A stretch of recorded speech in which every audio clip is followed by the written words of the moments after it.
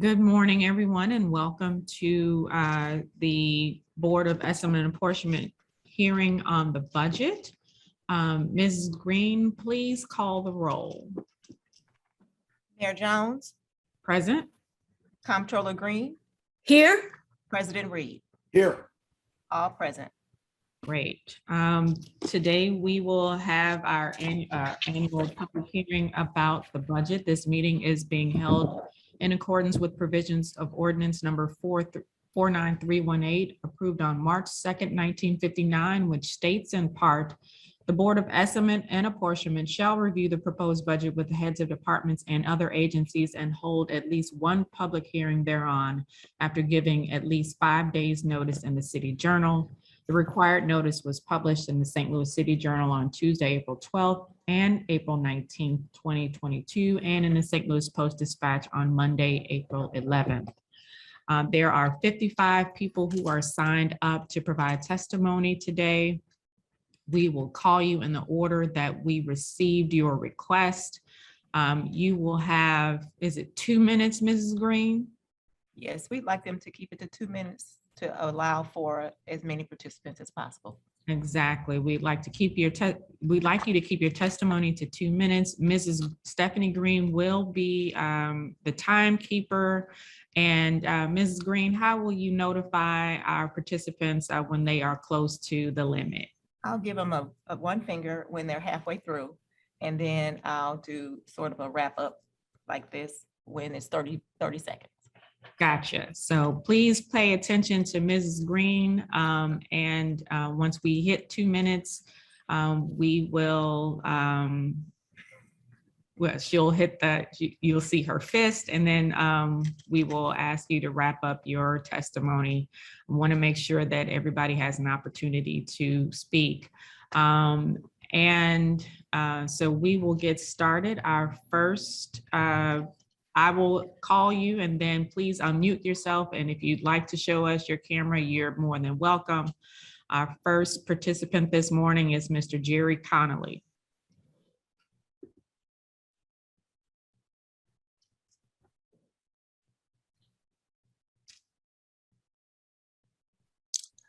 Good morning, Madam Mayor, Madam Comptroller, President Reed. Can you hear me okay? Yes, we can. Good morning. Good morning. Thank you. I'm going to keep my remarks more like kind of bullet points of items, some of which you've heard me talk about before at previous ENA hearings. Unfortunately, in many of these areas, there hasn't been progress in the last 5 years, which I find very disappointing. If we're to have true accountability in government, we need greater transparency. The city has improved transparency in many areas, such as the Board of Aldermen meetings and the committees being posted on YouTube. However, some of the most important agencies in the city do not have their meetings archived on YouTube. It's very simple to do this. The development boards in particular for St. Louis Development Corporation need to be posted online. That's my #1 request. That special taxing districts, which there's been a fair amount written about. There's been an audit by Auditor Galloway's office that came out in 2019.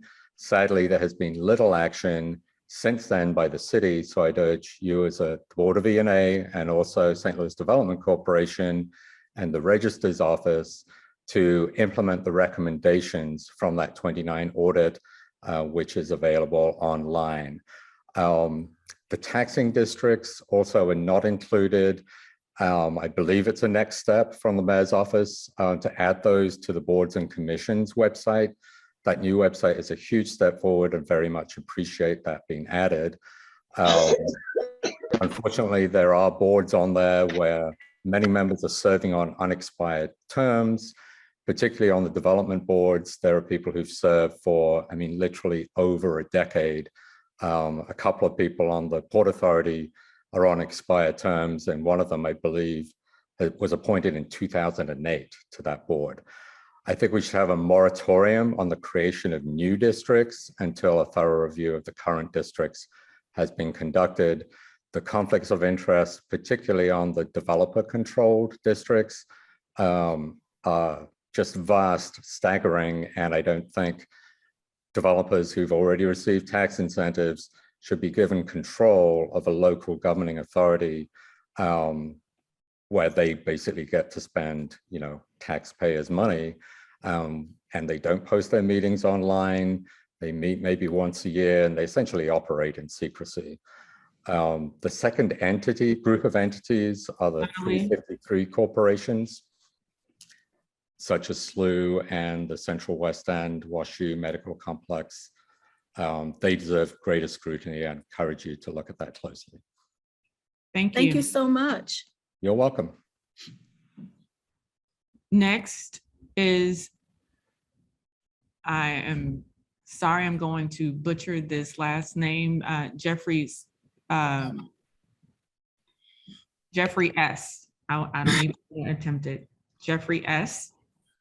Yeah, thank you, Mayor Jones. My name is Jeffrey Soyantet. I am the Executive Director of Tender for Africa.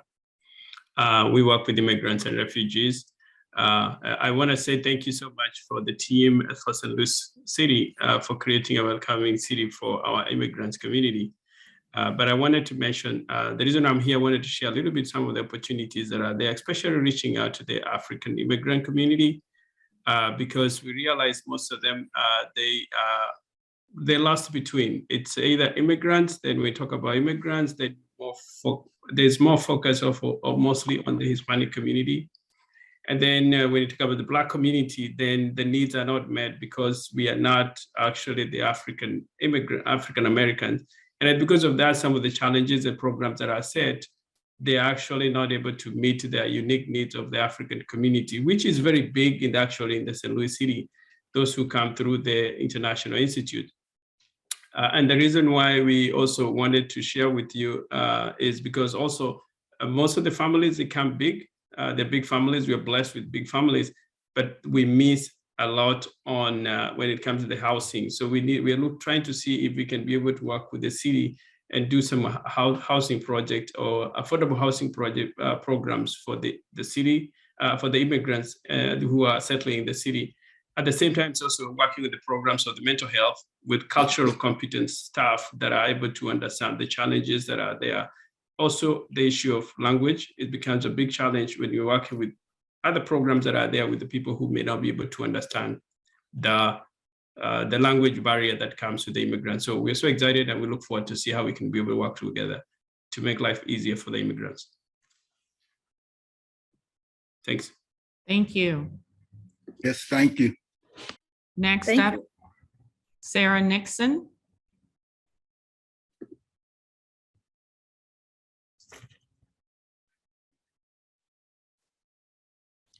Sarah Nixon going once. Sarah Nixon going twice. Okay, moving on to the next person, Nathaniel King. Nathaniel King. Hi, thank you.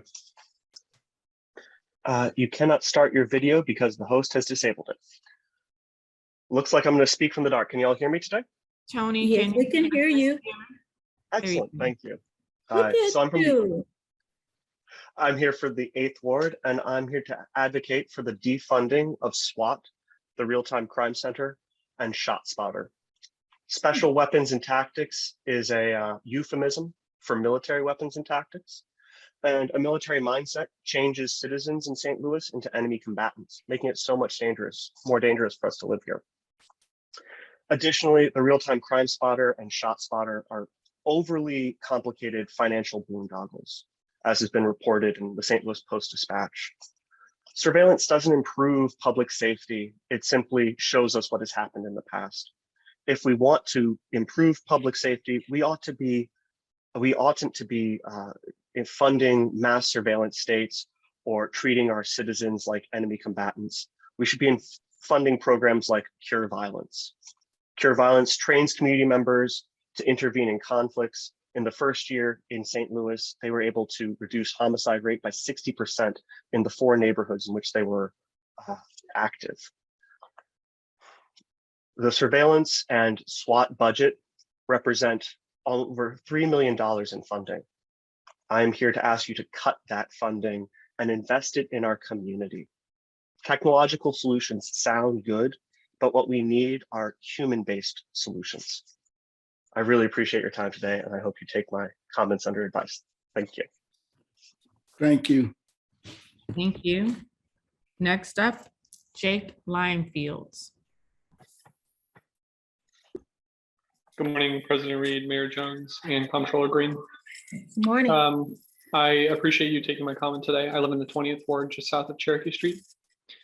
And specifically, I wanted to start by thanking Mayor Jones and Comptroller Green for their past leadership in making the kind of investments that our city needs to achieve real public safety. During the last budgetary cycle, we saw a reduction in the monies allocated for the overtime fund.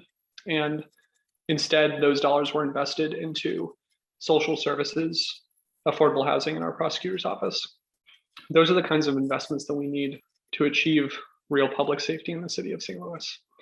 Additionally, I can't thank Comptroller Green enough for her report, I think it was about 5 or 6 years ago now, where she documented rampant abuse of the overtime fund by SLMPD. And she noted that there were substantial documentation errors in procedure being followed to approve overtime, gross negligence by SLMPD leadership on how overtime funds were used. That kind of scrutiny and accountability is exactly what we should expect from our citywide elected officials. I urge the Board of Estimate and Apportionment to continue scrutinizing the dollars that we are spending on the St. Louis Metropolitan Police Department. We have one of the highest staffed police departments per capita in the entire country. We also see a lot of questionable behaviors by our police department. And we know that police are often used to respond to a crime rather than to prevent it. So I'm really excited about our leadership on ENA and the kinds of decisions that y'all have made in the past. And I'm urging you to continue demonstrating that leadership by continuing to reduce the funds invested in SLMPD, especially as it relates to surveillance and the militarization of our police department, and instead continue redirecting those monies towards affordable housing, helping folks who are unhoused, and social services. So thank you for your time so much, and I hope you have a wonderful weekend. Thank you. Thank you, Jake. Next up is Inez Bordeaux. Good morning. I want to thank the Board of ENA for doing this. I'm going to be honest, I'm not sure 2 minutes is enough. I feel like I really need about 5 minutes. But I wanted to start by saying, I'm sorry, my name is Inez Bordeaux. I live in the 9th Ward. I'm the 9th Ward committee woman, and I'm an organizer with the Defund, Re-envision, Transform campaign. To start, I want to ask, why do we continue to invest the bulk of our general fund budget into the arrest and incarcerate model when the answer to our problems very clearly isn't the police? The answer is right there. It's investment in the people. I remember last year when the campaign first started, we crunched the numbers and we were able to determine that we invest $185,000 per police officer in this city. That $185,000 includes their salary, their training, their pension, their healthcare, their badge and their gun, the cost of their uniform, everything. And I want to say that I have never seen the city invest $185,000 into any single person. Many neighborhoods don't get that kind of investment, and yet we're investing it into a police officer that is going to go on to arrest and incarcerate many of the most marginalized people in this city. For $185,000, we can put 22 people through college for 2 years and get them an associate's degree. That would do more to reduce poverty and reduce crime than any one police officer could. For the cost of another police officer, we could afford to pay the rent for all 22 of those families while those people are going through their educational process. For the cost of that Tahoe that the police are driving in that was paid for or gonna be paid for by our ARPA money, we could buy laptops and school supplies and printers and other things to support those people while they're in college. college. It's time to stop investing in the police. It's time to start investing in us. And I do believe that if we believe in ourselves and we invest in the people of this city, St. Louis would be better, not just for rich people, but for all people. Thank you. Thank you. Thank you. Thank you. Next is Willie Boyd.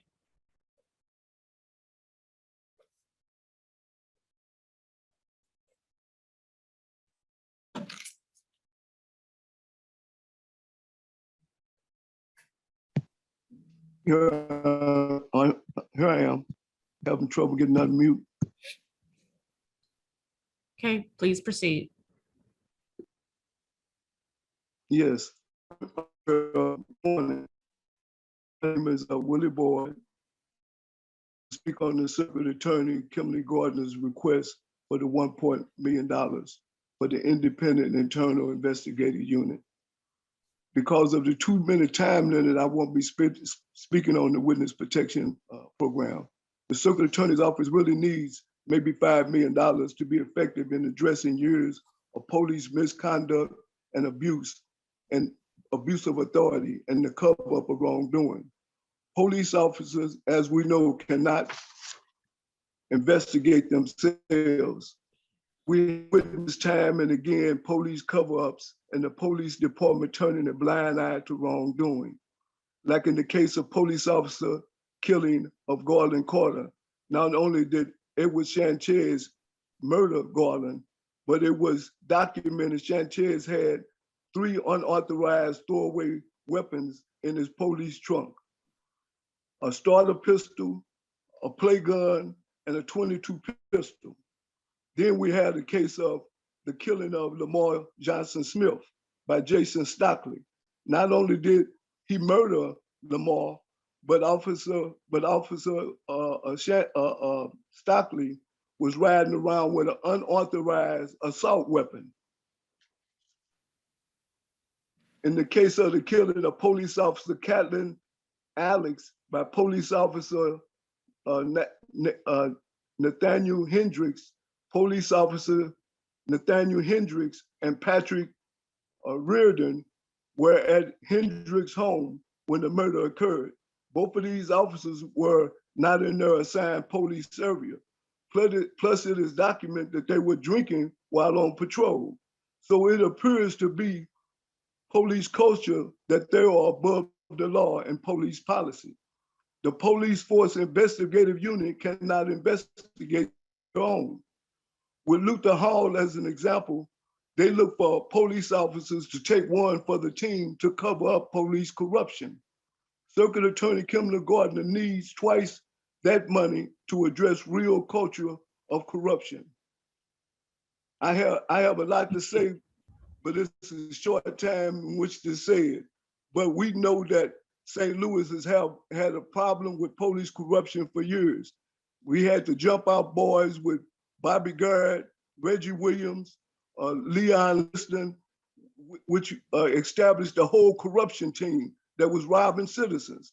You know, so we need this money in order for there to be real investigations. Thank you for Thank you so your much. time. Thank you. Thank you. Yeah, thank you. Next up is Hattie Swoboda Stell.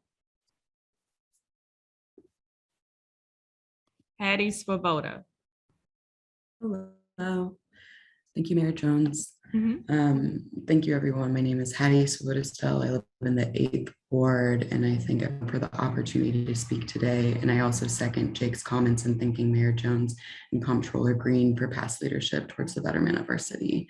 I'm here as a citizen of St. Louis to advocate against the majority of our proposed fiscal year 23 general fund budget being allocated towards police retirement, police specific units, and other departments, including facilities management, equipment services, and the city councilor.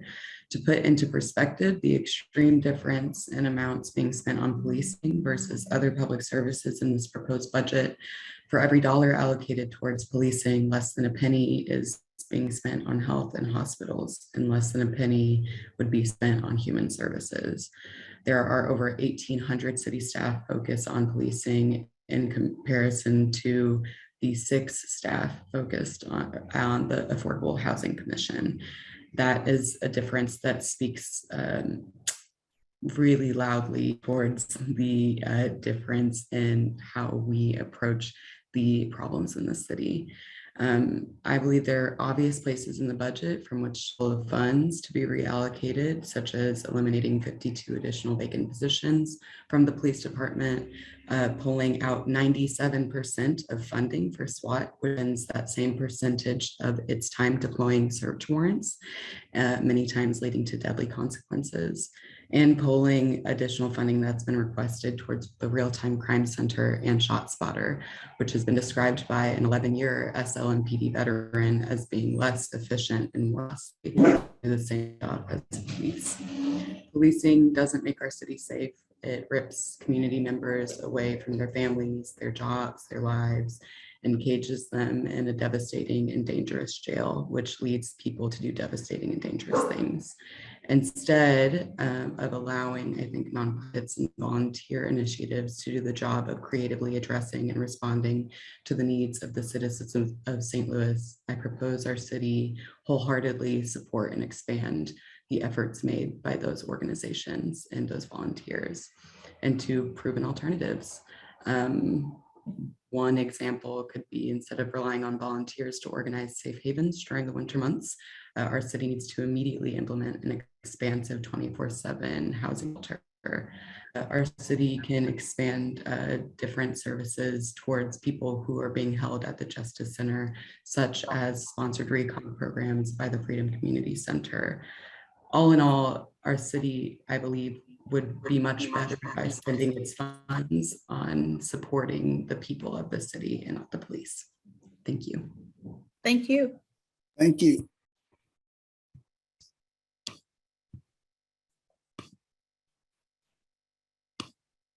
Next up, Mr. James Ozier.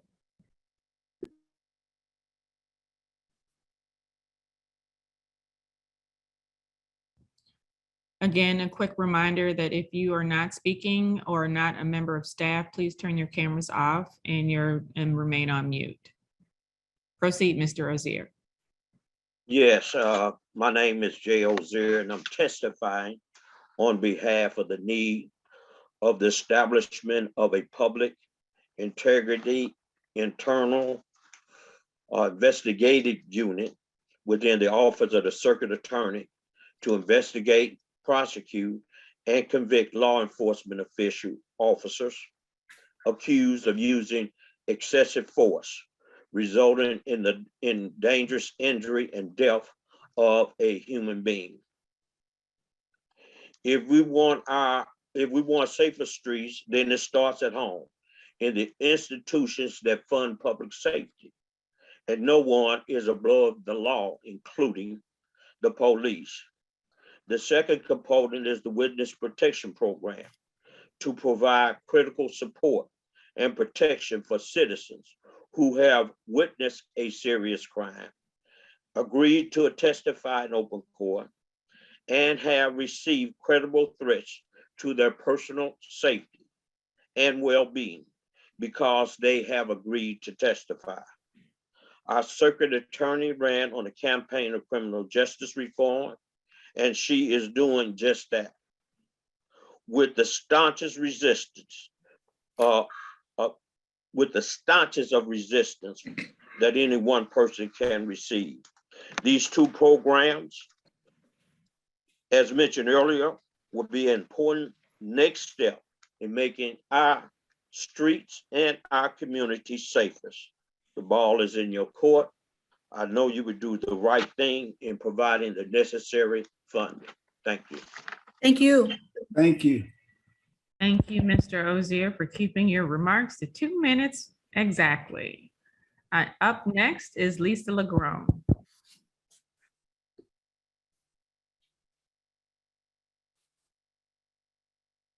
Good morning to everyone. Morning. My name is Lisa Legrone, and I'm coming here to testify about the Witness Protection Program. I'm with the Organization for Black Struggle. I am the coordinator for Project Hockey, the anti-violence program in 22nd Ward. I'm coming here as a grandmother and a community person. because I think the witness program is really important. Back in November, my grandson was shot in his head 3 times in front of the Cure Violence building on Belt and Natural Bridge. The young man who they were shooting at, his mother's house had got shot up prior to that. And she shared with me that she needed to be able to move, but she didn't have the funding. Also, another incident is with a kid that I'm working with in the community, a young man that witnessed a murder. He didn't go to court to testify. They let the little boy out. The little boy came out. He shot him 2 weeks later with 3 other people, and the young lady was murdered. So the witness program is a very important program, and I hope that you all can really consider it. Thank you. Thank you. Thank you. Thank you, Ms. LeGrone. Next up, Tony Taylor. I don't see Tony Taylor. We can move on. Okay, Tony Taylor is not here. Next up, Zaki Baruti. Good morning. Good morning. I'd like to greet Mayor Jones, Controller Darlene Green, and my good friend, President Louis Reed. My name, of course, is Zaki Baruti, and I'm representing the Community Justice Coalition, which is a group of organizations that have come together to speak to the justice, social justice changes that Circuit Attorney Kim Gardner would like to implement because of the many, over the years, rogue police officers brutalizing and killing our people. In fact, a few examples that have already been cited included high-profile cases such as Marilyn Banks, Garland Carter, Julius Thurman, Gary Ball, Von Derek Myers, Kajima Powell, as well as Anthony Lamar Smith, just for a few. So I'm, along with the Community Justice Coalition, also I represent the Universal African Peoples Organization, and we wholeheartedly support the funding for Kim Gardner's request to build and develop an independent investigative unit, as well as funding for her witness protection program. So I just urge each of you to support the funding, because we need to hold these police officers accountable. And as you know, the cases of police shootings, I think in St. Louis ranks #1 per capita across this country. So I'm sure that each of you will do the right thing and fund her request to the tune of, I believe she's asking 1.7 million that would cover both the independent investigative unit as well as the witness protection program. Thank you. May God bless each and every one of you. Thank you. Next up, Wale Amusa. Wale Amusa. I'm here. Please proceed. Good morning. Good morning. Comptroller Darlene Green, Mayor Tishara Jones, and Mr. President of the Board, Louis Reed. Morning. My name is Wale Amusa, and I'm the co-chair of the Campaign for Human Dignity, which is also a member of the St. Louis Community Justice Coalition. I am here today to ask for your support in allocating $1.7 million for a public integrity unit to investigate police misconduct and to establish a witness protection program in the Circuit Attorney's Office. As many of you do know, St. Louis was founded in 1764. For over 200 years, Black people have suffered through slavery and Jim Crow in St. Louis. And all along those years, there was a police department that was used to enforce those arbitrary violations, massive violations of the human rights of Black people. Today, we still have a police department that has never been fully responsive to the needs of African-American taxpayers in this city. We all know that the issue of police accountability is a national crisis, is a local crisis, and is a national and local priority. Today, I have to say that my heart is very, very warm because there is hope. For the first time since St. Louis was incorporated as a city in 1823, we have 3 African-American leaders on the Board of Estimate and Apportionment who can make a difference. You have the power to reorder budget priorities to meet the urgent great needs of people in this community. You have the power to say to St. Louis City taxpayers, especially African Americans, that they deserve to be respected by those who have sworn to serve and protect them. So I urge you, with all earnestness and all deference and respect, I urge you to please support the allocation of $1.7 million to the Circuit Attorney's budget so that these 2 programs, Public Integrity Unit and a Witness Protection Program, can be implemented. Thank you so much. And we love you and we respect you and we appreciate everything that you're doing for the voters and the taxpayers of the city of St. Louis. Thank you. Thank you.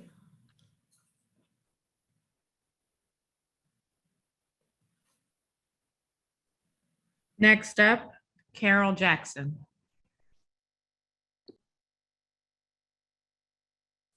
Good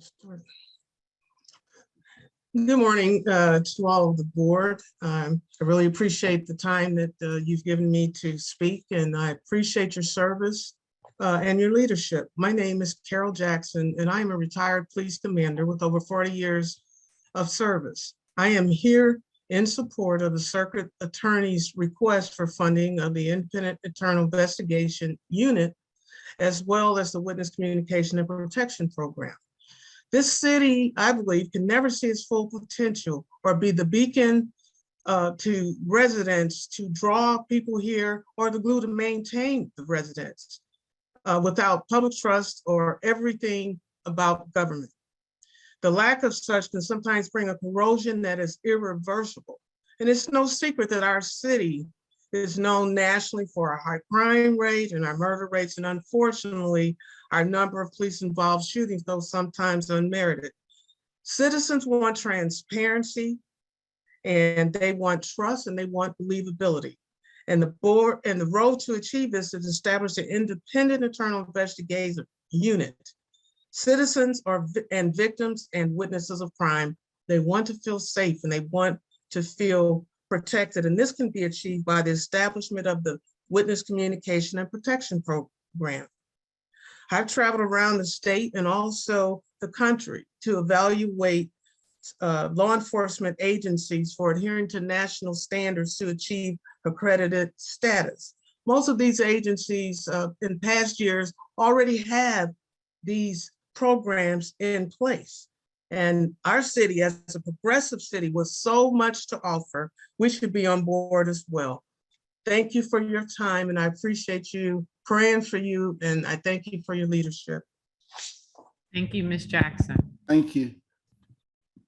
Next up, Tammy Bufford.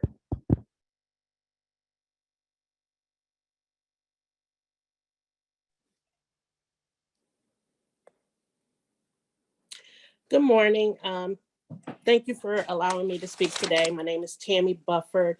I live in the 25th Ward.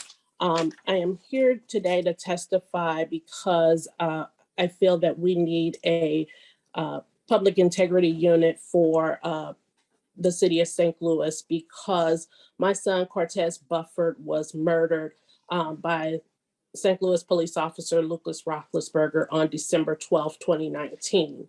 The FIU unit was supposed to do an investigation, but they have shown that they either cannot or will not investigate themselves. They did a poor job of doing any type of investigation in these allegations. The officer murdered my son and nothing has been done for that. the circuit attorney needs money and funding in order to conduct investigations in regards to police involved shootings and deaths. And they actually need the funding in order to conduct unbiased investigations. So I ask that you fund the 1.2 million that they're asking for the Public Integrity Unit, and also the $500 million in order to cover the witness protection. The monies that is going to fund the police, where the bulk of your budget is going, some of that funds can be directed into that unit in order to get unbiased investigations done in order to investigate the police. Thank you for your time. Thank you. Next up, Lou Moy.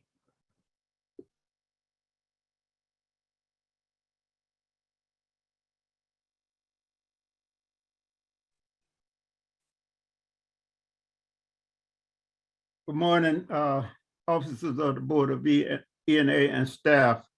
Thank you for holding this very important hearing today. My name is Lou Moy, and I'm President Emeritus of the St. Louis chapter of the Coalition of Black Trade Unionists.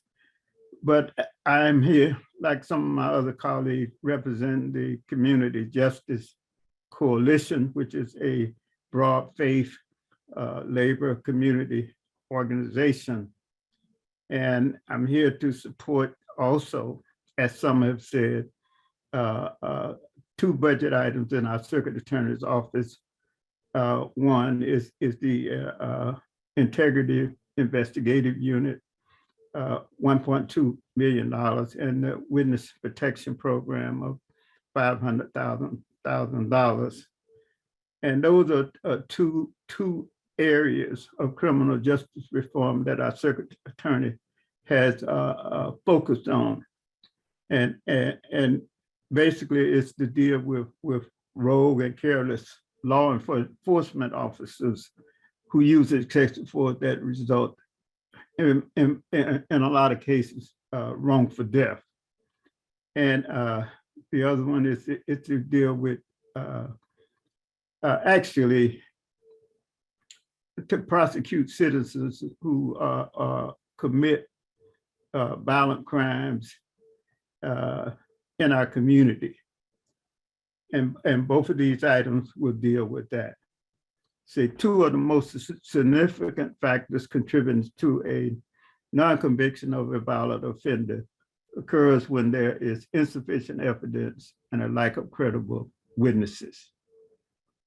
And when a homicide occurred, when a killing occurred from a police shooting, two investigations take place. One of those investigations is to see if a crime was committed. The other one to see if police policy was followed. Both of these are done by the police, and it's time to stop that. And that's just like if I committed a shooting, and then I asked my adult children and my brothers to do the investigation. Thank you for your time. Thank you, Mr. Moy. Next up, LaWanda Griffin.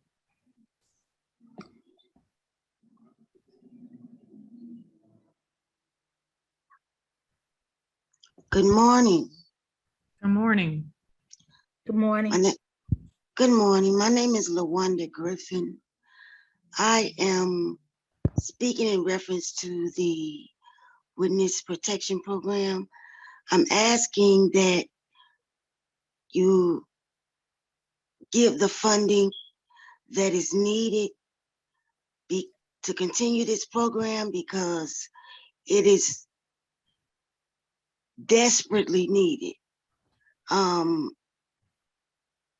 My son, his children's mother, my nephew, and my two grandchildren were in a car. They had an accident, and the guy ended up getting out the car and coming to their car and killing everybody. except my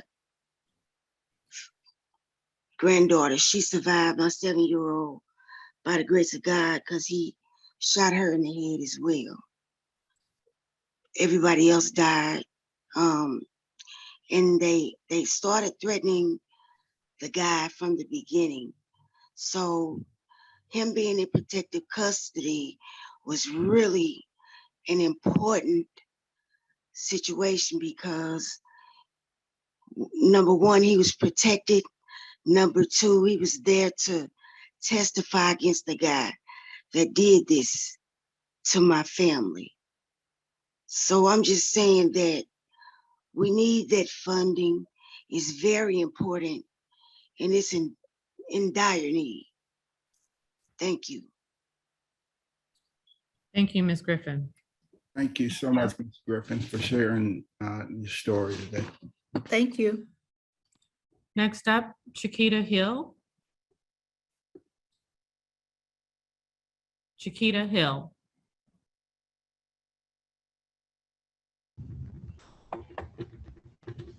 Good morning.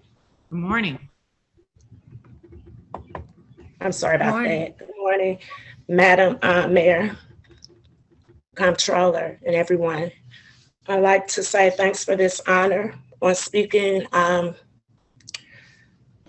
the passing of this bill. I would like to say the only reason why I say to defund the police department is not so that we don't have officers. Some people need to understand what defunding means. First off, I would like those funds to be reallocated into social services. I'm a single mother.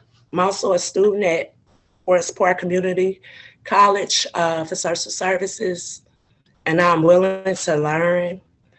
And I also feel it takes a village. And right now, I just see my city it's just a desperate city right now.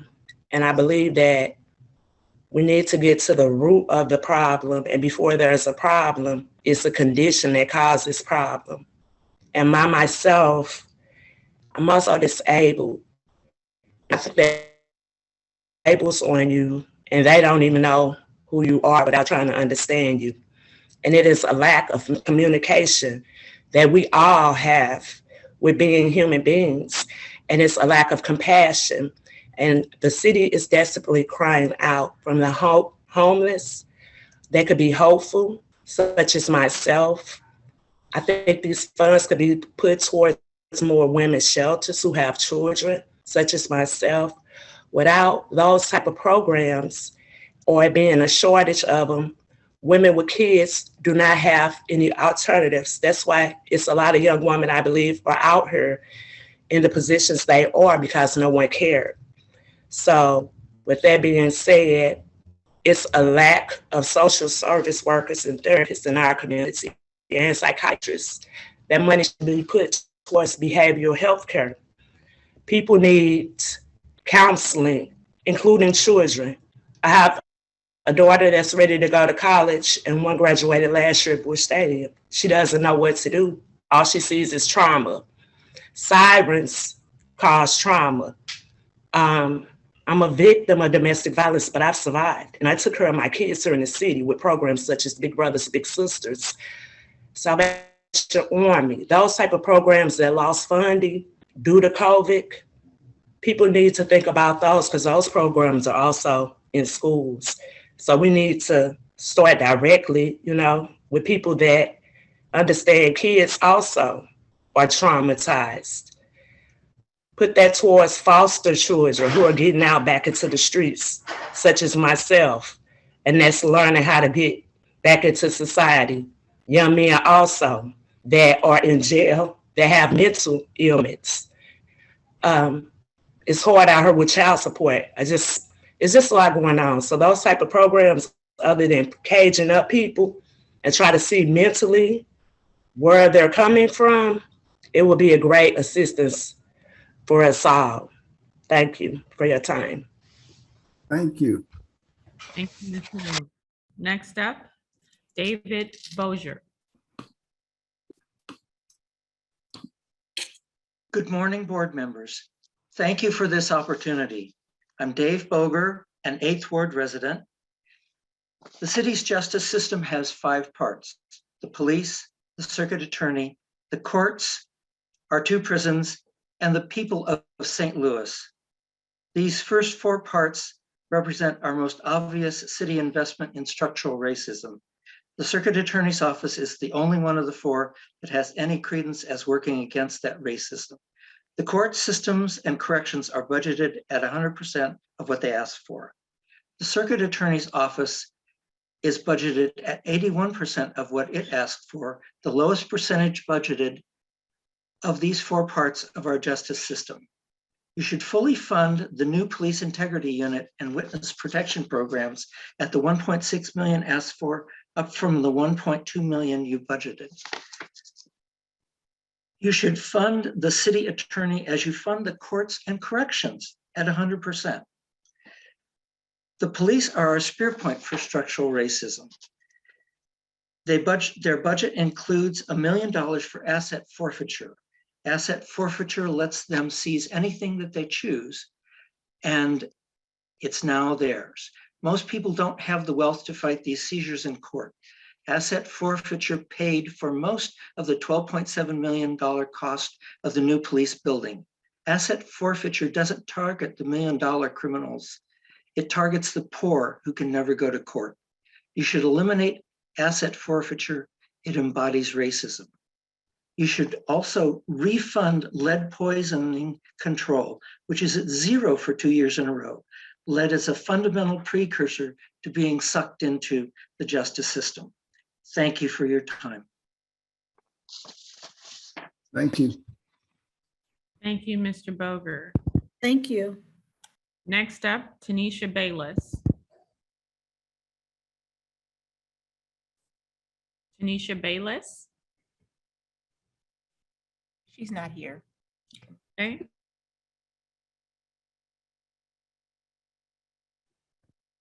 Next up, Joseph Yancey. Good morning, Mayor Jones, President Reed, and Comptroller Green. My name is Joe Yancey. I'm the retired former CEO of Places for People. I also serve on the Regional Health Commission and chair its Community Advisory Board. I am here this morning to speak and advocate on behalf of 2 major objectives coming out of the Office of the Circuit Attorney, and asking that funding be provided to build the capacity to meet these objectives. The first is holding officers accountable by investigating and prosecuting, when appropriate, instances of use of excessive force and wrongful deaths, and protecting witnesses against intimidation when they are willing to testify in open court. Since January of 2014, I have, on a weekly basis, every Thursday, held a group for family members who have lost a loved one to gun violence. And in that respect, these 2 objectives and funding them would go a long way to addressing their emotional anguish that I see on a weekly basis. So specifically asking that the Public Integrity Unit be established and that there be funding for that at a tune of $1.2 million. And secondly, specifically that there be funding for a witness protection program. At the very minimum, these individuals, and Ms. Bufford was one earlier that you heard from, who's been part of our group, need to know that they have received an unbiased, fair, and objective investigation. This will go a long way towards trust, equity, and frankly, public safety for our city. Thank you so much. Thank you.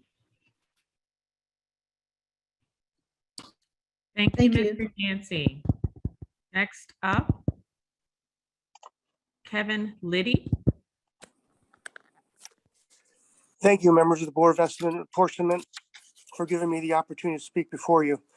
My name is Kevin Liddy, and I am the Republican Absentee Supervisor for the Board of Election Commissioners. I started my position in October 2020, and I live in the 16th Ward. My message is simple. I would like the board to support the funding of the Department of Personnel Administrative Regulation 101, which has been on the books since August 8th, 1979. It is a tuition assistance for employees. I forwarded a copy of the regulation to Stephanie Green 2 days ago so that you would have it in hand. My alderman, Tom Oldenburg, recently wrote to me that funding Regulation 101 aligns with the mayor's stated goals of employee retention and experience. In an email exchange with Mr. Paul Payne dated February 1st, 2022, he stated he was not aware of any funds budget for tuition assistance.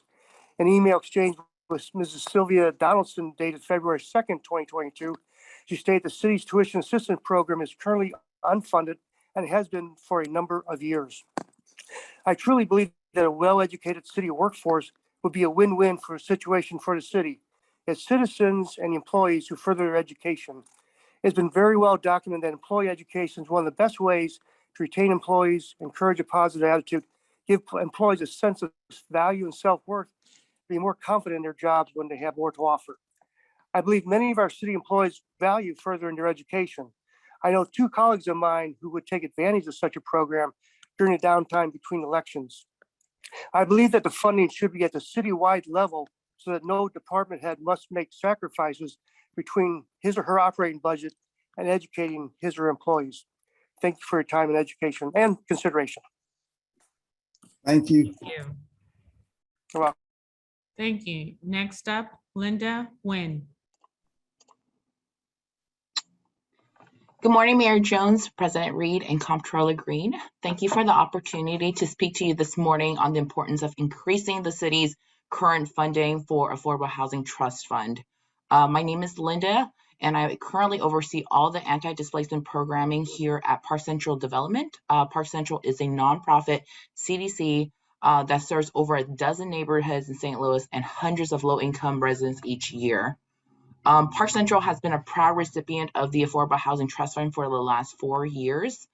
This funding has provided our organization with the staff capacity to run our community resource counseling program, where we work one-on-one with low-income households to connect them to resources so that they can stay in their home. Every year, we have seen the need of our developing neighborhoods grown and more residents reaching out to us to be connected to basic things like food, utility assistance, rental assistance, transportation, even childcare, which is a growing need in our neighborhood. Last year, we provided over 175 households with direct community resource counseling. Of those 175 households, 25% had no stable income coming in due to many reasons related to COVID, like job loss, decreased work hours, young children at home. We have 32%, that's over 57 households who live on less than $1,000 in income each month. This includes many of our seniors who are on fixed incomes like Social Security. We all know personally the cost of inflation on everyday items that we buy in the last few months. The cost of gas, the cost of groceries, everything has gone up. Even the cost of milk and eggs, right? Everything has gone up 15 to 20%.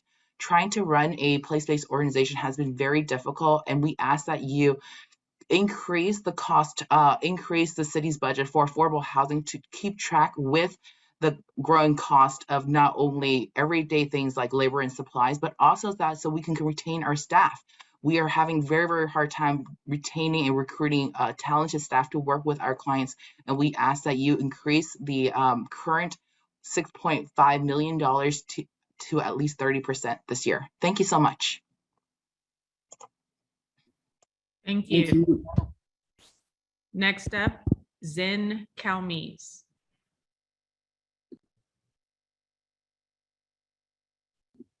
Zen Calmes going once. Not present. Okay. Moving along, next up, Jay Shepherd.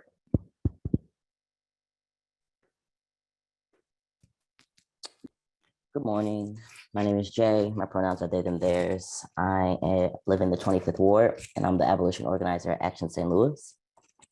I want to thank you all for allowing public comment today, and I'm here to advocate for cutting funding from SLMPD. Just as this administration zeroed out the budget for the workhouse, we need to zero out the budget for the police. They are actively harming our communities, and every dollar spent to the police is a dollar spent invested in funding violence. If budgets are more value statements, then it calls into question what our city values when we spend 32% of the general fund budget on police and 0.02% on health and human services. I want to talk about my dream St. Louis. My dream St. Louis is one of vast and infinite resources, a St. Louis where we fund shelters, services for the unhoused, and free housing, instead of a police department that kills more people per capita than any police department in the country.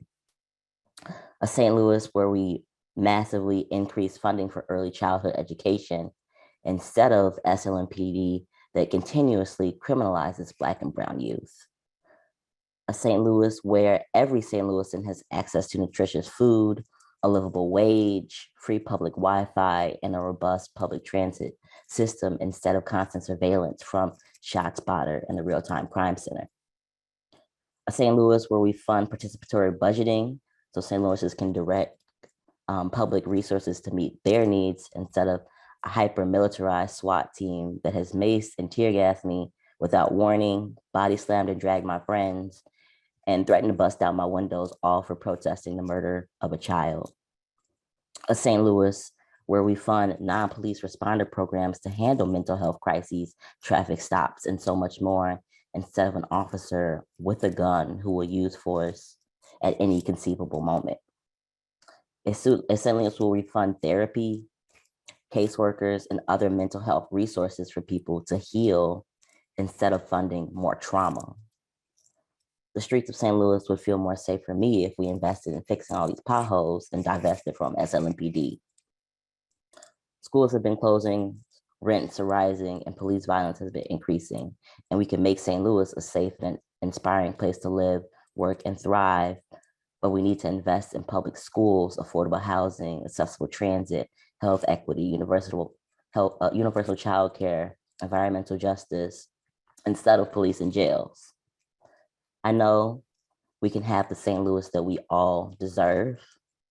And I ask that you all help make this dream a reality. Thank you. Thank you, Jay. Thank you. Thank you. Next up, Todd Martin. Good morning, everybody. Thank you, Mayor Jones. It's good to see you all today. Thank you for allowing me to speak with you today. My name is Todd Martin, and for the past 4 years, I have had the privilege of serving as Mission St. Louis's Director of Home Repair. Our program serves senior citizens throughout the city with minor to moderate home repairs. I would like to take my time today to tell you a brief story, and it's a particularly special story to me because it was only made possible through public dollars, and in particular, the Affordable Housing Trust Fund.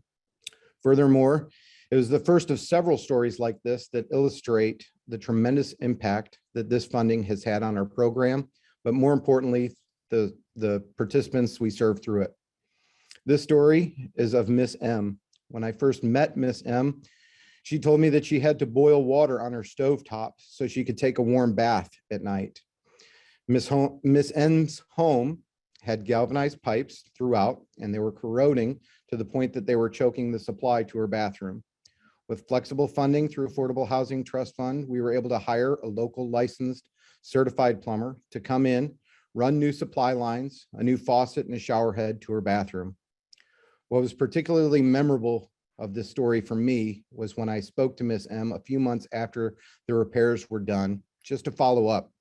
And she told me how grateful she was, and even confided in me an embarrassing truth that in the following weeks after the repair was completed, that she occasionally caught herself warming up water on the stove instead of just turning on the bathroom tub. Her eyes were full of tears as she thanked me, and she said an incredible truth that she never has to do that again. This is one of nearly 400 stories that Mission St. Louis has, stories of tremendous life-changing impact that could only have been made possible with public funding and the Affordable Housing Trust Fund. We respectfully request that you continue to invest in the home repair programs throughout the city for our seniors. For myself, Mission St. Louis, and all of our programs participants, thank you very much. Thank you. Thank you, Mr. Martin. Next up, Zachary Kyle. Hello, hello. Thank you so much. I'm here to testify specifically on the funds proposed for the police. I currently live in the 7th Ward, but I spend a considerable amount of time working with the Organization for Black Struggle in the 22nd Ward. I'm also privileged to have recently studied and graduated from the University of Cambridge with a master's in criminology. It is important for the folks here to understand that research demonstrates little to no relationship between money spent on police and crime rates over the past 60 years. Instead, some of the best predictors of violence are systemic inequities, such as poverty, access to opportunity, racism, and so forth. It's easy to advocate for any sum of money for police budgets because it provides an illusion of safety, but this fights violence with violence, and we've seen this with the killings of Breonna Taylor, George Floyd, Michael Brown, and many, many others here at home. The good news is that we have alternative responses to conflict right in our backyard. This week, I had the privilege to meet with pioneers from Atlanta, Baltimore, and St. Paul who met in St. Louis to learn from our grassroots organizations tackling violence mostly without the police, including places like the Freedom Community Center, Story Stitchers, Cure Violence, and also our very own Project Haki in the 22nd Ward. Many of these initiatives value community accountability rather than punishment, and they prevent violence by centering relationships and solidarity. While interacting with these folks over the past week, they were amazed and they were extremely excited at St. Louis's work and experimenting with alternative responses to violence. And so I'll wrap up by saying we should not hesitate in leading the vanguard for reimagining public safety. I ask you all to take money from the police department and use it for more holistic, relationship-oriented, community-strengthening approaches like the initiatives I mentioned earlier and those echoed by Jay, Chiquita, and Inez. This is the right way to respond to conflict and violence, and it will undoubtedly have a more positive effect than the police. Thank you. Thank you, Mr. Kyle. Thank you. Next up, Christopher Wilcox. Christopher Wilcox. I don't see Mr. Wilcox either. Okay. Next up, Latricia Gandy. Good morning. Good morning. Mayor Jones, President Reed, and Controller Green. Thank you all for this space today. Morning. My name is Latricia Gandy. I'm an organizer with Breaking the School to Prison Pipeline with Metropolitan Congregations United, an advocate, and also an activist, and a resident of the 14th Ward. I'm here to testify today and asking you all to spend take 20 million from spending on SWAT, SLMPB, vacant positions, and police overtime and put that into a non-police first responders alternative program for our youth and families. Reimagining our cities. For example, the Juvenile Detention Center located at 920 Vandervender, which contains 100 beds, but only 20 to 25 of those beds are being utilized. Reimagining that space for a safely home for youth and families, providing them the resources and support they're needing, especially when their children are going through the court system. This particular detention center is located between the Deaconess Foundation, Courtney Ritter, and also across the street from the Urban League. Many of our youth are impacted by the system and funneled through the system from the city of St. Louis to State Streets and also zip code 63136, which is Jennings. I'm in those areas advocating and knocking on doors and canvassing all the time. And all of our families and youth are saying they need more resources and alternative programs for their children. So I thank you for this time today. I thank you for this space. And I ask you to take my testimony into consideration. Have a blessed day. Thank you. Thank you. Thank you. Next up, DeMonte Moorhead. Mr. Moorhead going once. Hello. Mr. Moorhead. Yes, I'm here. Here. We can hear you. I am. Okay, for sure. So I was sure, my name is DeMonte Moorhead. How you doing, Miss Green, Miss Jones, and Mr. Reed? Hello. Morning. Yes, can you hear me? Yes. Yes, I can hear you. Yep. For Please. sure. I just like I'm an artist in the community, and I noticed that like the music, like I feel like the music that we push to our kids and our individual people in St. Louis is like the worst music of all time. Like, you know, we can get like a musical infrastructure in St. Louis, like an epicenter here, built here, and not allow our like and build our own artists and our own poets and our own, you know, like people that painters and things of that nature. Like then we can get an infrastructure here and push that out to the world. Like I feel like we'll solve a lot of problems in St. Louis. Just being the fact that, you know, like data these days, it is so like Google analytical that you just everything that you hear on the radio nowadays is violence. So like we have a lot, like we have the most talented artists in St. Louis, I feel like. And I feel like once we get an epicenter or at least a major label, we don't even have like a major label in St. Louis or anything, any type of infrastructure to push anything towards our what we feel is good music, you know, because we do everything in our own ways. So I just feel like we need that, like, and for funding for our children, like we need like to have them know what saving is, or you know, like in elementary school, like we need to know them, like they need to know what saving is, or budgeting, or things of that nature, and like at a young age. You know, I feel like that'll be perfect. And I do support defunding the police, not defunding the police, but I support taking that 20 million from the police to fund it somewhere in the community, like I said, into like musical or poetic or somewhere art. Thank you. Thank you, Mr. Moorhead. We're going to go back up the list and go back to Mr. Christopher Wilcox.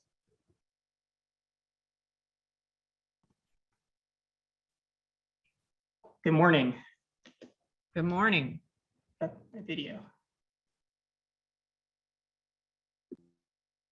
Doesn't look like I'm going to start the video. Oh, there it is. Thank you. All right. Good morning. Thank you for giving me the opportunity to speak. My name is Chris Wilcox, and I live in the 6th Ward. I want to speak to you today about the urgent need of the city to invest in meeting the needs of all of its people, and that this investment should come from reductions in the city's vastly disproportionate spending towards St. Louis Metropolitan Police Department, currently 29% of the general fund. Crime has always been cited as an urgent problem that demands an ever-expanding police budget and surveillance in St. Louis, all without the promised results. I am asking the city significantly reduce its spending on SMPD and put those funds directly toward meeting its people's needs for housing and healthcare. The expansion of the city's commitment to police comes at a direct cost to the services its people need to survive. The city's local use tax, for example, was meant to primarily support housing and healthcare. Last year, the police took more funding from the local use tax than the Affordable Housing Trust Fund, the Healthcare Trust, and building demolition combined. No one can be considered safe if they lack adequate housing and healthcare. One can be forgiven for thinking that St. Louis has set out to be a city that has more police than residents. The SLMPD has more officers per population than 97% of American cities. What do we have to show for this? St. Louis police kill more people per capita than any other city by a significant margin. The second most police killings are in Oklahoma City, which kills still less than 2/3 as many people per capita as St. Louis does. Police have taken or destroyed the property of unhoused people for trying to shelter in tents made necessary by lack of permanent housing or even emergency shelter. Many of our unhoused neighbors relied on mutual aid from pop-up shelters to stay safe during the winter storms this year. Building on the progress we made last year, the city's budget needs to reflect the values and priorities of keeping people truly safe by meeting their needs. Decades of police bloat has only added to the violence it was intended to solve. We should significantly replace SLMPD funding with alternatives to address harm and meet people's needs. Thank you. Thank Thank you, you. Mr. Wilcox. Next, Eric Shafi Bey. Yes, that's correct. Peace and love. How you doing today? Good, and you? I'm doing well. So I'm representing the true de jure heirs of the land, Moorish Americans, the true and original American citizens. Article 1, Section 1, Constitution of Missouri states that all political power is vested in and derived from the people, that all government of right originates from the people, is founded upon their will only, and is instituted solely for the good of the whole. Section 2 states that all constitutional government is intended to promote the general welfare of the people, that all persons have a natural right to life, liberty, and pursuit of happiness and enjoyment of the gains of their own industry, that all persons are created equal and are entitled to equal rights and opportunity under the law that gives security to these things in the principal office of government, and that when government does not confer this security, it fails in its chief design.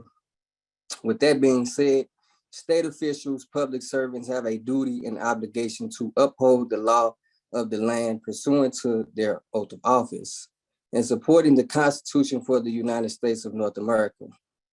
Appropriate 1.8 million to the Re-Education Alliance for the re-education of those whom serve the public regarding status, jurisdiction, and birthrights with respect of assisting the people, as well as re-educating the people to realize their inherent and inalienable rights secured by the aforementioned Articles 1 and 2 of the Missouri Constitution, the Supremacy Clause of the Constitution for the United States of America, treaties or the law of the land, etc.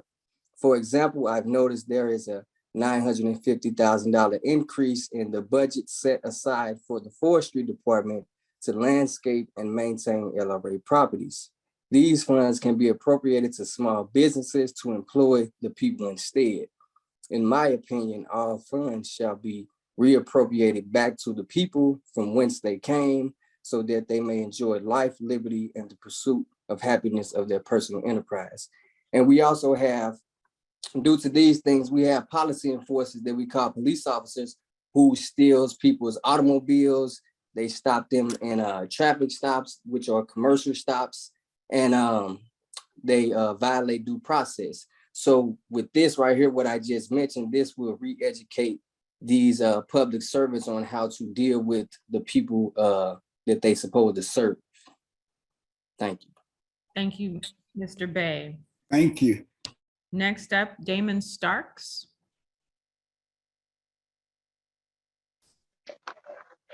Hello, my name is Damon Starks. I live in the 19th Ward. I am here today to discuss how to use the 2023 fiscal budget.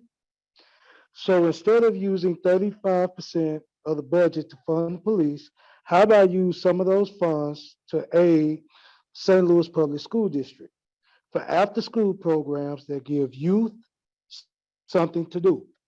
We all talk about how the crime rate is going up, how many crimes there are committed involving our youth. With this, it would provide a solution to that problem. As a mentor myself, I mentor teenage young men, and this is much needed. That way we will be okay. I suggest we give to renters associations for rent. And as we know, rent is entirely too high just for here in the city of St. Louis. One bedrooms are going for $700 to $900. We need to make rent affordable across the board. Most jobs are paying anywhere between $13 to $18 an hour, which this means they were just working just to pay bills.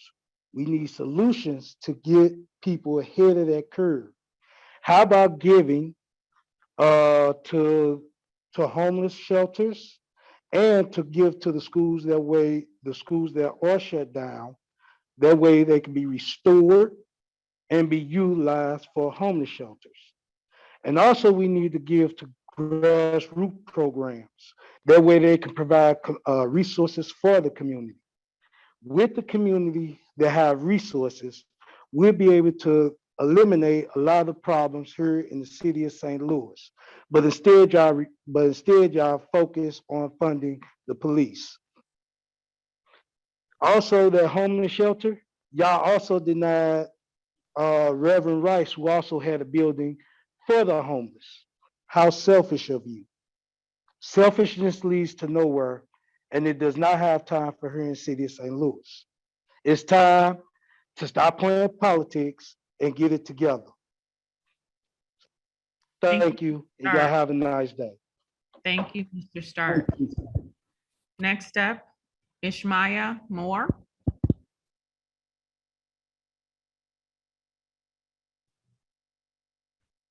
Good morning. I live in the 25th ward and I work in the 11th ward.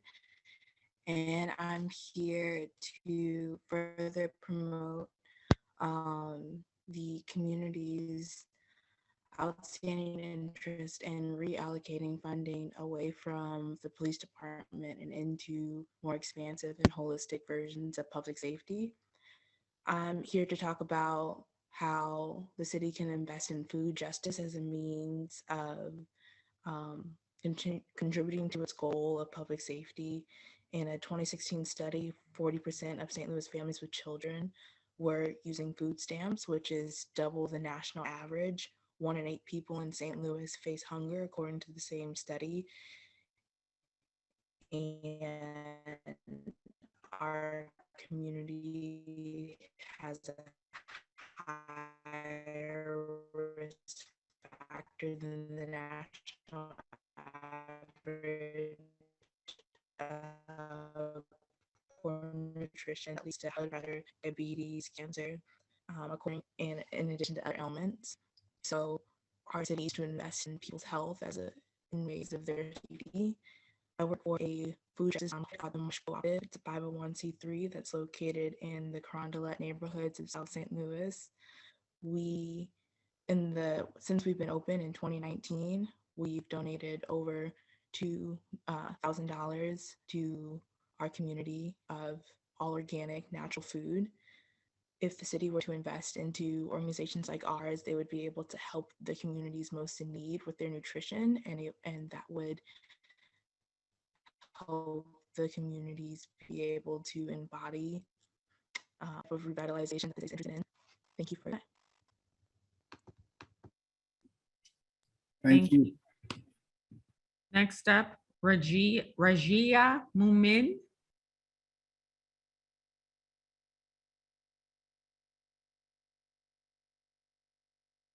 Rajia Mumin. Okay. Going on to Jeff Buck. Good morning, and thank you for this opportunity to speak. My name is Jeff Buck, and I'm the president of the board of directors for Sanctuary in the Ordinary, or CEDO. CEDO's mission is to create good and dignified rental housing that is affordable for those that are earning less than 50% of the area median income using selective rehabilitation. In the last 5 months, we've completed the selective rehab of 6 large 2-bedroom apartments.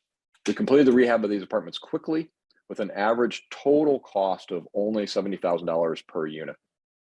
A portion of this funding for this project is coming from a 10-year, $80,000 no-interest loan from the Affordable Housing Commission, for which we are very grateful. The residents of these apartments are delighted by the quality and the energy efficiency upgrades. They're seeing substantial utility savings and are experiencing a rejuvenated life in their new home.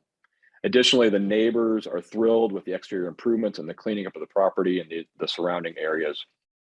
While we believe it's important that the funding for these projects come from, or a portion of the funding come from private sources, it's imperative that we and other nonprofits like CEDO obtain funding from public sources, and in this case, the Affordable Housing Trust Fund. Public grants are a reliable source of funding, and the funding from the AHTF provides the credibility that private donors want to see. We at CEDO can do the hard work to help quickly mitigate the severe shortage of affordable housing, but we need the city's help and support. We ask that the city increase the funding of the Affordable Housing Trust Fund by 30%. We also ask that $10 million from the American Rescue Plan Act funds be put into the AHTF. Additionally, we ask that at least 20% of the funding is designated to selective rehab projects, and that the city refine the grant process to encourage the use of selective rehab by nonprofits to quickly and cost effectively retain and increase affordable housing in St. Louis. Thank you. Thank you. Thank you. Next up, Jim Roos.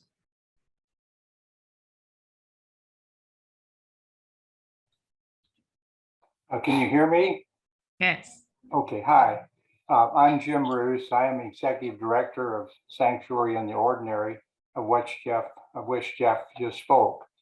Greeting to you, Louis and Darlene, whom I know, and a hello to you, Mayor Jones, although I did meet you briefly last fall at a gathering at Barrett Brothers Park. First, a quick story. Yesterday, I went to Lowe's for mailboxes that had been back ordered. As instructed, I asked for Valerie in customer service. The woman responded, "Hi, Mr. Roos. I'm Valerie. I used to rent from you. You were so nice to me." I asked her when and where was that. She said it was on Park Avenue, 3850 Apartment C, 40 years ago when my son was born. I was only 18 and you were so nice to me. Kudos twice. In 1989, a billboard on I-40 beside Forest Park offered sanctuary from the ordinary at the development in Wildwood at a cost of $400,000. Bingo. Change the word from to in, and we had the description of what we did and the name for our nonprofit corporation. For 45 years, we provided sanctuary, not from, but in the ordinary. Prior to this meeting, I submitted to Stephanie Green, your secretary, CEDO's executive summary, our statement about using COVID funds, and the February Post-Dispatch article about our work. Please reference them as well as our website. I ask that you fund the Affordable Housing Trust Fund with a 30% general increase others have requested. And I say, from the COVID relief money, add 10 million at the rate of 2 million per year, specifically for selective rehab of affordable rental housing. We have a proven plan and it needs a reliable and substantial source of financing. Thank you very much. Thank you. Thank you. Next up, Shanice Lewis. Shanice Lewis going once. Going twice. Moving along. Next up, Dana Gray. Hello, this is Dana Gray. I cannot undo my video. There we go. Hello.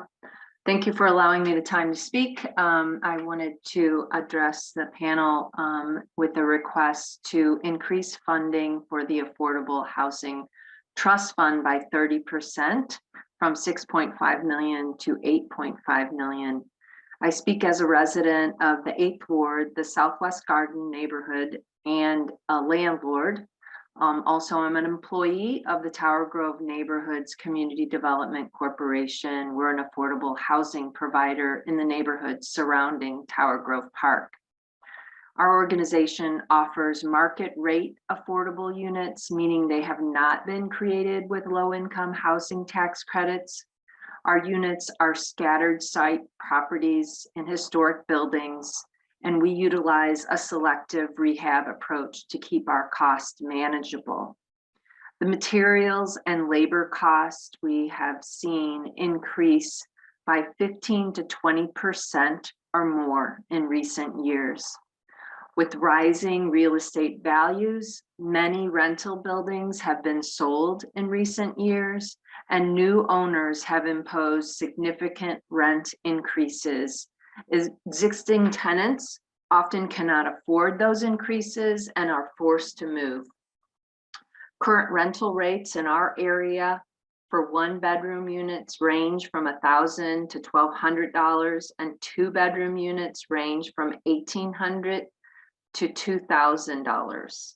Affordable rents should be no more than 30% of a household income. Accessible units are especially needed, and modifying a building to accommodate a person with a disability comes with additional cost. In order for our community development organization and others similar to ours to be able to continue to provide rents affordable for working people, more funding is needed. Again, I ask you to consider an increase for the Affordable Housing Trust Fund by 30%. From the current $6.5 million to $8.5 million. And I want to also just share that even when our organization has no units available for rent, we have a current list of people asking for a rental unit of between 10 to 20 people, always on a waiting list, looking for affordable rents. Thank you. Thank you, Ms. Gray. Thank you. Next up, Amelia Hinckley. Hi, my name is Amelia Hinckley, pronouns she, hers. I'm a resident of the 15th Ward, although soon to be a resident of the 17th Ward. And I'm here today to talk, as many folks are, about what we define as safety in this city. Because if you look at the budget, it seems that the way that we're defining safety is through policing, which, as many folks have talked about, is not, those two things don't equate. Police do not equal safety. And meanwhile, this past winter, I spent a lot of time volunteering with our unhoused, with the emergency shelters that popped up. And I kept hearing city officials say over and over again, we don't have enough funding to provide resources for the unhoused. We had to cut hours for the warming bus. We couldn't open enough shelter beds.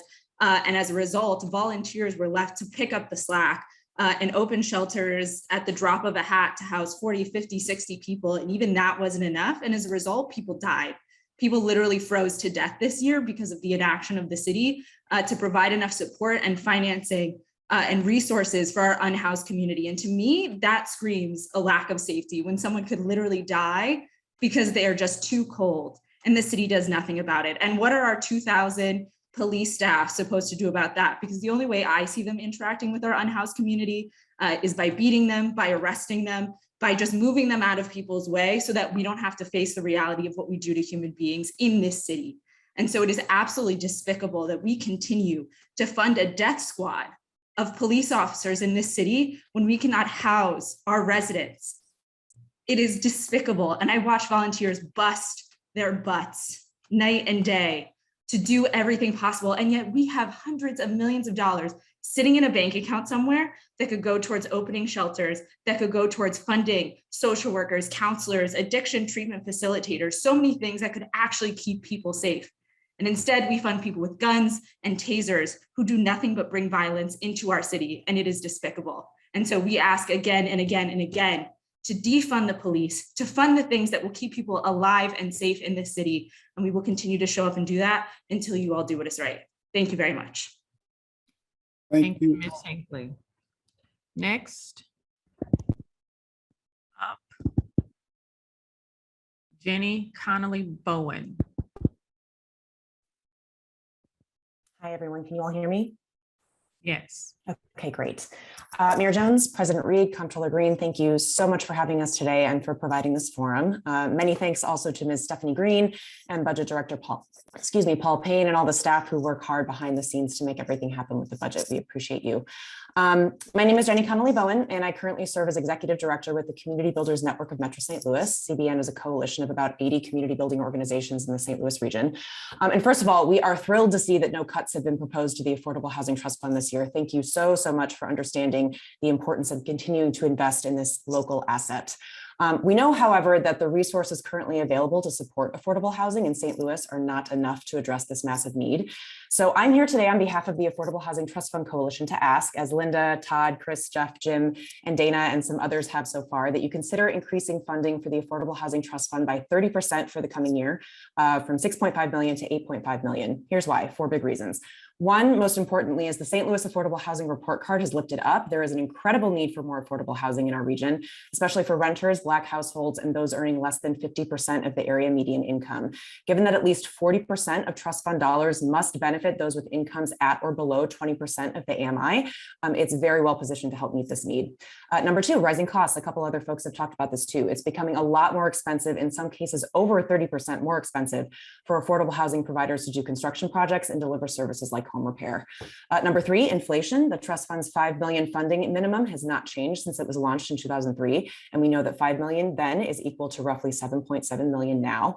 And number four, this is an opportunity for catalytic investment. As I think most of you know, for every $1 the trust fund has invested since its creation, $18.55 has been invested by outside public and private dollars. So in sum, we hope you'll consider investing 30% more in the Affordable Housing Trust Fund this fiscal year. It's an incredible, flexible local resource that really helps ensure our community has access to affordable housing and critical services, and it could do so much more with a bigger pool of funding. Thank you so much for your consideration and your service to our community. Thank you. Thank you. Next up, Rachel Hurtado. Rachel Hurtado. I don't see Rachel. Okay, moving on. Benjamin Rosensweet.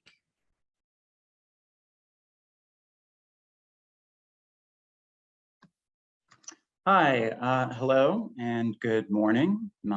Thank you, Mayor Jones, Comptroller Green, and everyone.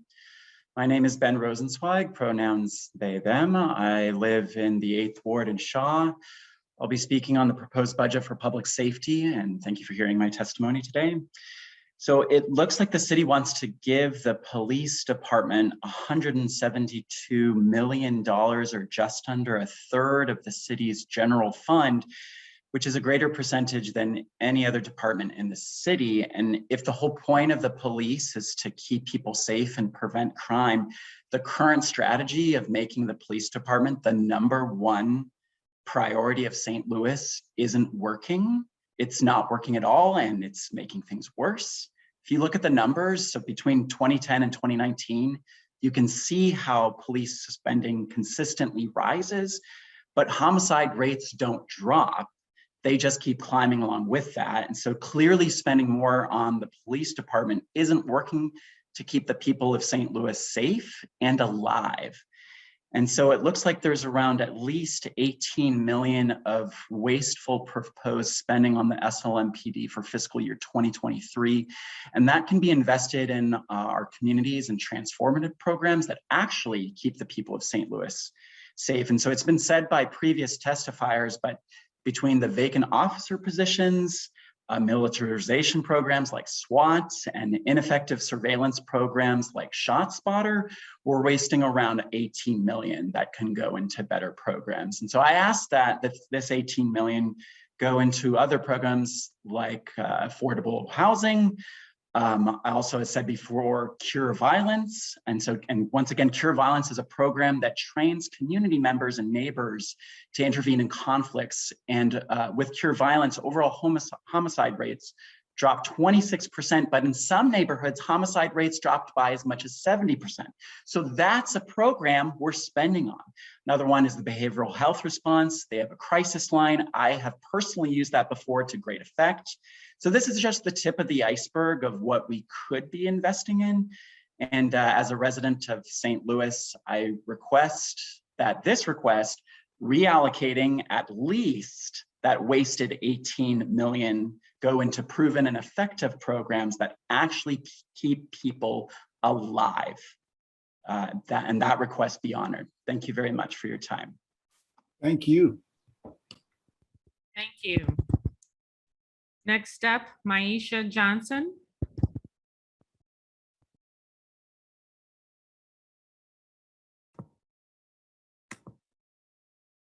I'm having difficulties with my video.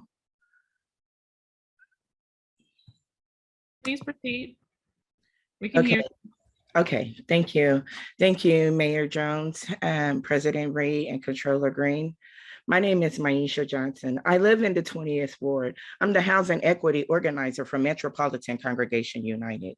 I see that a nice chunk of the fiscal budget for 2023 is set to go towards policing. I'm not saying policing is not needed. I'm saying that there are other ways to police communities.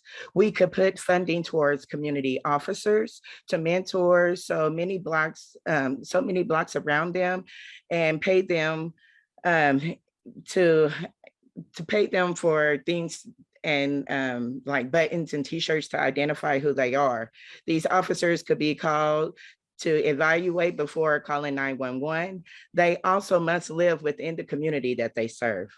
Also, housing is another avenue that could be taken into consideration. The conditions of some of my community members' living experience is inhabitable and needs attention. Livable and affordable housing is a dream for many in St. Louis and throughout St. Louis. We are starting to see small children in the unhoused community. How far will you let that go? With the healthy, safe space to live, not just a building, but a livable community could add hope where there is so much disparity and feeling of being powerless and unheard. I have a son with mental issues who at times doesn't know how to express himself. His father was murdered in 2014 and still is unsolved. Since the age of 14, my son has been in and out of prison, and the community Freedom Center has helped us. They have given us restorative justice. They've created a program so we can communicate with one another. We need more investments into our community to keep our community safe for all of us. This is not uncommon for Black and Brown families and low-income communities. Often our children are written off as humans and treated like animals. This needs to end today. The 13th Amendment was implemented on December 18th, 1865. The amendment was to put in place to abolish slavery, and yet we still live it today. Thank you for giving me a chance to speak and the opportunity to be heard. Thank you, Ms. Johnson. Next up, Dean Mosley.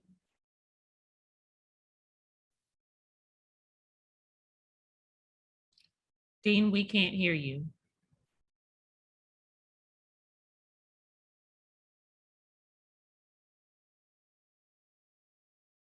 We can't hear you.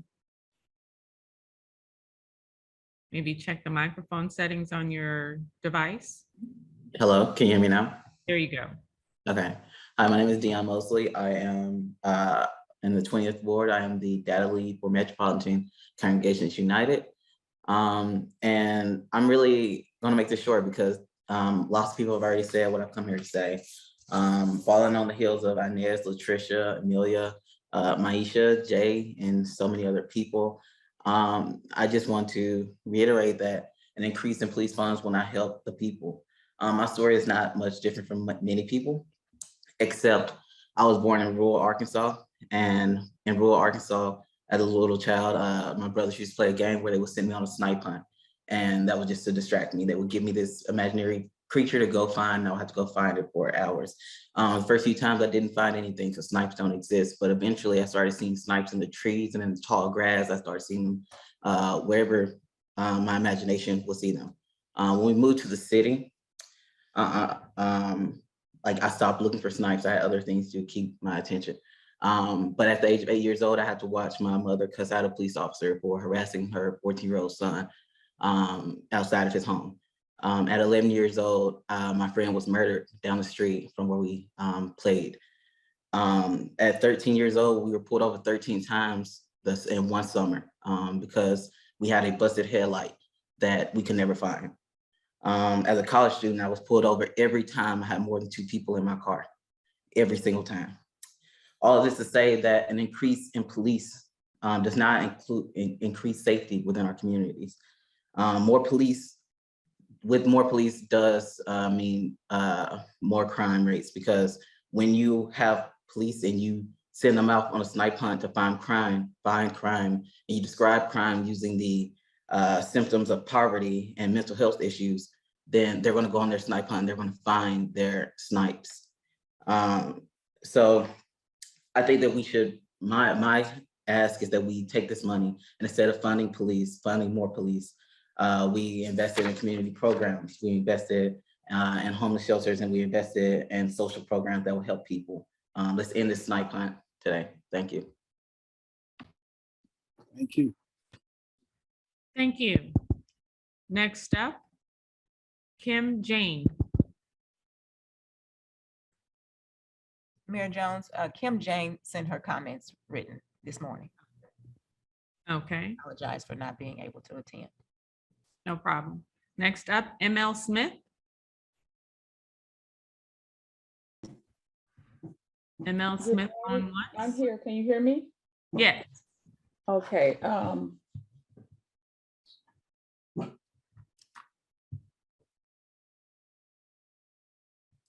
Sorry. Okay.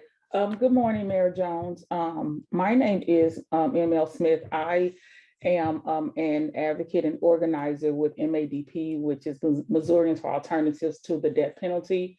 And in my role as Director of Community Engagement, I am as involved as I can be in local governance and public safety issues. So I just had a couple of comments today. I wanted to first talk about with public safety specifically, the end goal of the police state in St. Louis. So we know that the real definition of insanity is doing the same thing over and expecting a different result but not getting it. And I feel like we've had decades, and several people on this meeting have spoke about the numbers. We've had decades of policing, tough on crime legislation, policies, arresting people, putting them in jail, and it's a cycle. And so at some point, our elected officials, locally, state, federally, are going to have to accept the fact that, being tougher on crime and more police and a militarized state is not actually what, the citizens need to, the support they need to actually, get better in their lives so that crime will actually decrease. So I really just wanted to talk about that. We have a police state, we have a militarized state, a militarized city, and it's still not doing any good. There are still crimes happening. Over the decades, these numbers basically remain the same. So it is time to actually reimagine what we feel like safety is. Safety is housing. Safety is employment opportunities. Safety is being educated. Safety is, being able to eat and feed your children. Most crime is out of desperation. People who are addicted to substance abuse addiction and mental illnesses. So until we tackle what actually creates crime, we are not going to police our way out of this. People are going to go to jail, they're going to go to prison. And most, I believe 80 or 90% of people in prison, they come out. So when they come out, these things still exist. So we're actually going to need to reimagine what safety is and start doing those things and not feeling like, we're just going to arrest and police and put prison our way out of these these issues, because that's not actually what decreases crime. So I just wanted to come on and say that, and of course, thank you for all of the work that you've done, and all of the people in our city who really care and who really actually trying to bring real public safety to St. Louis. So, and thank you so much. Thank you, Ms. Smith. Next up, Ryan Smith. Ryan Smith. Good morning. Can you all hear me? Yes, please proceed. I want to say good morning to all in attendance today. I want to thank those that invited me to participate in this valued community engagement. I am honored to be heard as a voice of the families and communities I am a direct product of, as a proud St. Louis native, born and raised. I want to also shout out to Jay Shepard, Dana Gray, Amelia Hinckley, and Dean Mosby. Snipe Hunt, thank you for making that type of impact on me, and I'm hoping that it also makes the impact on those that are listening. My name is Ryan Smith, currently a resident of the historical Ville area, Ward 4. This is not only where I call home, but as a trained social worker over the past 28 years and the last 6 years as a community health worker, I have also dedicated my 9-to-5 life to also invest in my efforts into making sustainable change. I am here today to offer my testimony on how I think the 23 budget should be better dispersed to better impact my home, and the thousands of people who live, play, and grow within the similar zip codes. I am supportive of the need of law enforcement, but only with the people of its community. But its excessive financial investment has proven not to be effective enough to continue the same approach in the same fashion. Our city is in dire need of healing in more ways than just justice. It's beyond time we begin to respond in more productive ways that nurture our growth as families and communities, and not just as regulation ran by fear of those we pay to trust. Housing specifically needs to be addressed in unconventional planning and execution. 30% increase in affordable housing can prompt a visible change for the better. Now, landlords are not being held accountable, shelters are unsafe and limited, and the type of money we are talking about can be used to supply options for our families that are being dealt consequences equivalent on a smaller scale to life sentences for having evictions on their credit history. I'll be the first to say money does not solve all, but I am not seeing the necessary effort either from the powers that be. And change cannot happen continuing to make comfort decisions. Safety is more than policing. Thank you. Thank you. Thank you. Next up, Adriana Darris.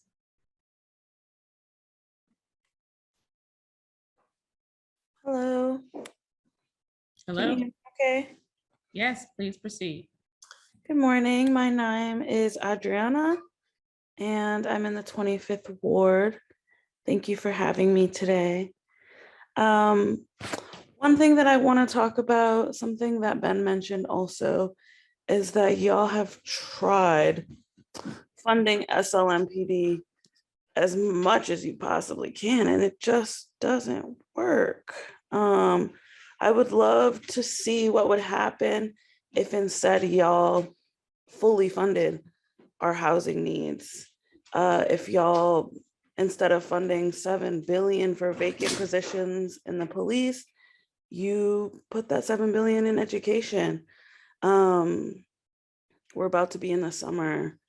I'm sure we're gonna have a disappointing amount of police officers being extremely violent. And that's on y'all. I mean, y'all are in the position to make these decisions. And for the past 2 hours, people have been saying to take money out of the police. And I really hope that y'all are listening to that. It's time to try something. It's something big, something memorable. And directly what we're asking for is that you take money out of the police and put it into these programs that make us feel excited and happy to be a part of St. Louis. Thank you. Thank you, Adriana. Next up, Deborah Ahmed.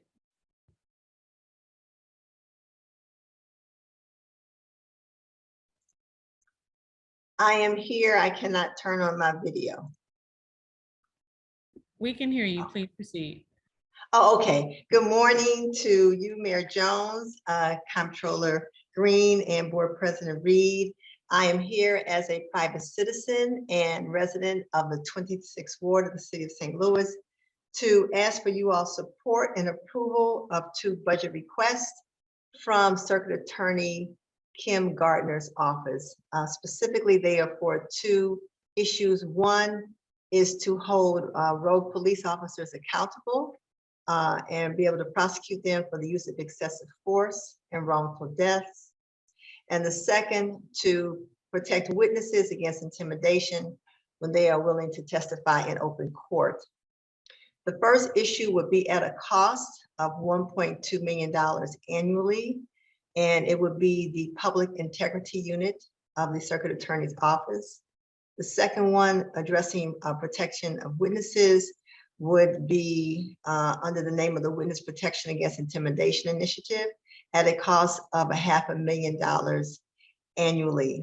I would strongly encourage you all support of this effort of the Circuit Attorney's Office. It is greatly needed in our city. And thank you all very much. And I also want to say to Mayor Jones, thank you very much for allocating the $150 million for the rebuilding and renewal of North city. Thank you very much. Thank you. Next up, Vicki Bates.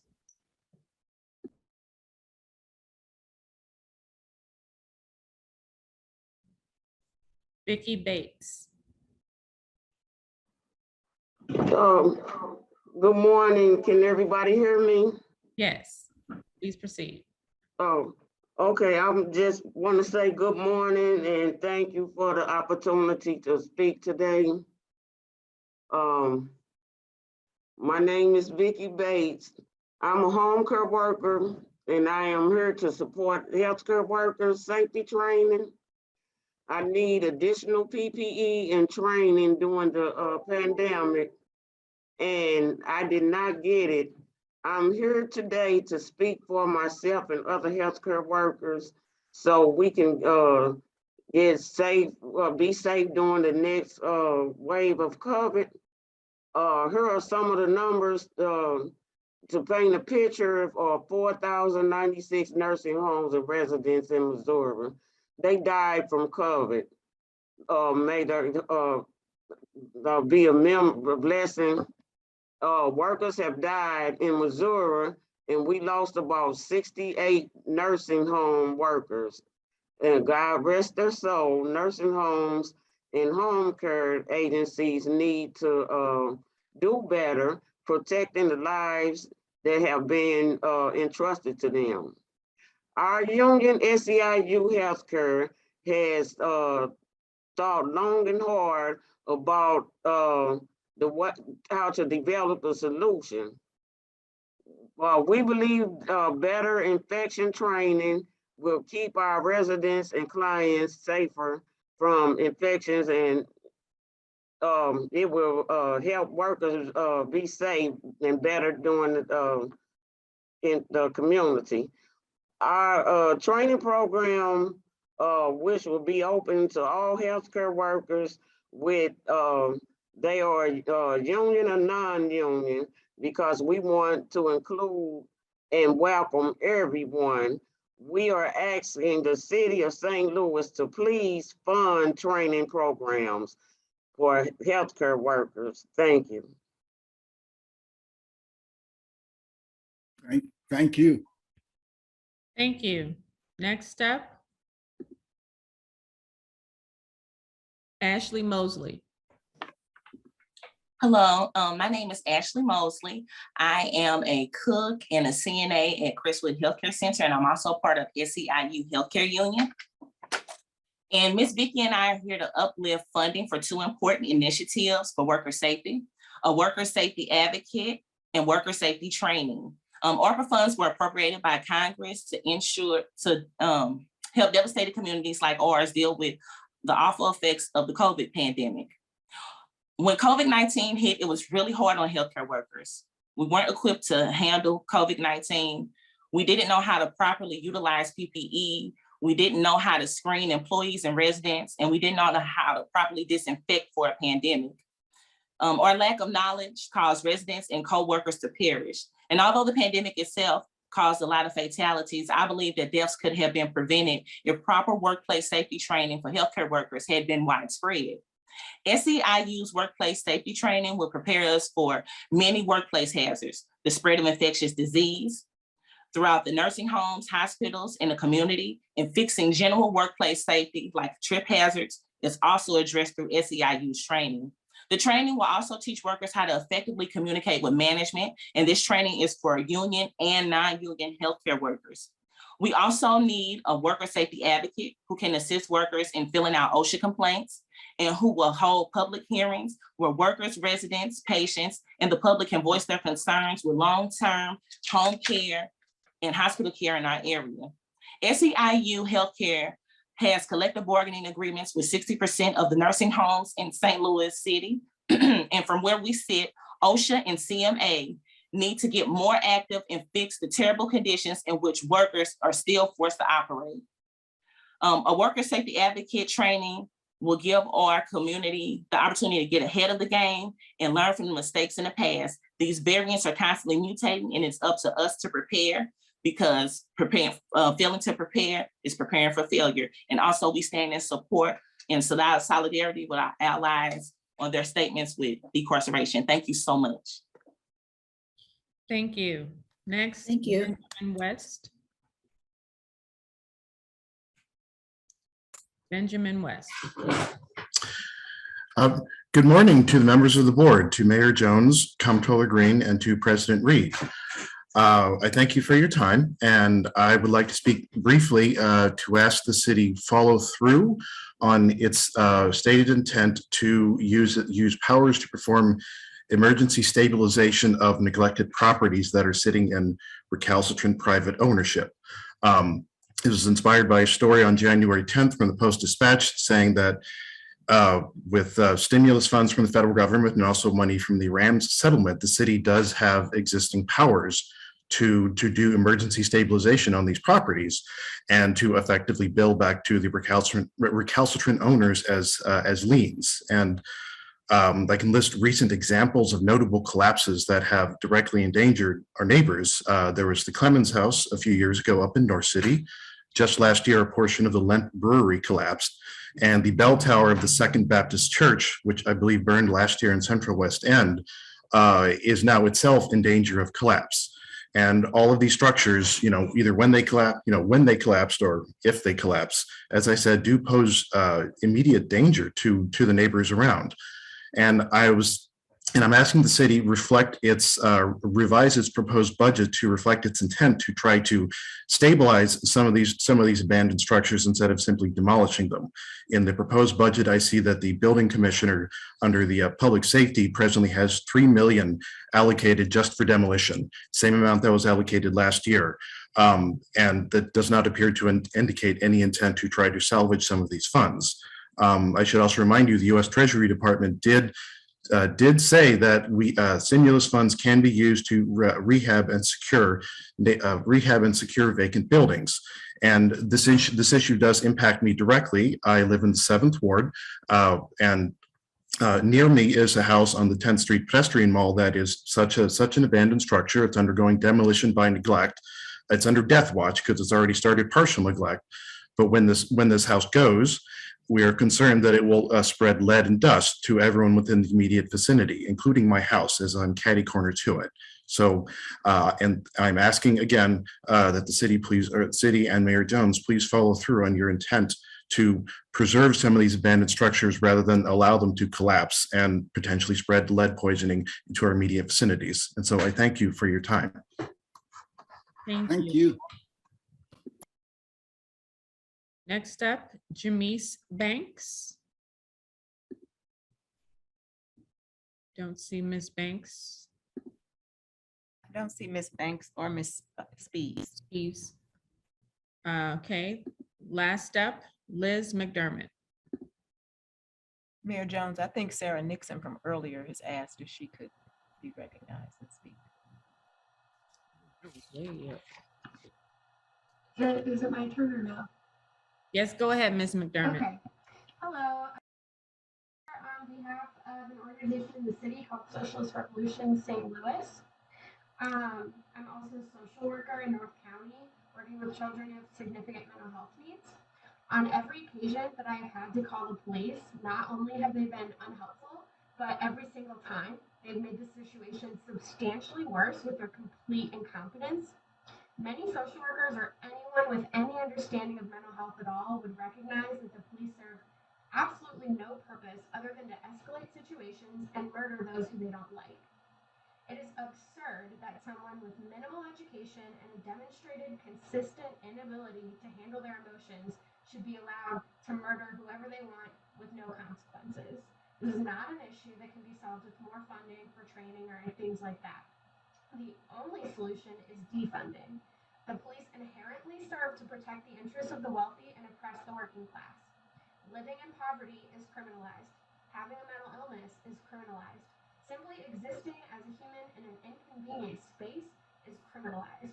This has come up over and over again, and defunding the police is clearly what those living in the city want, and as representatives of our interests, it's disingenuous to do anything else.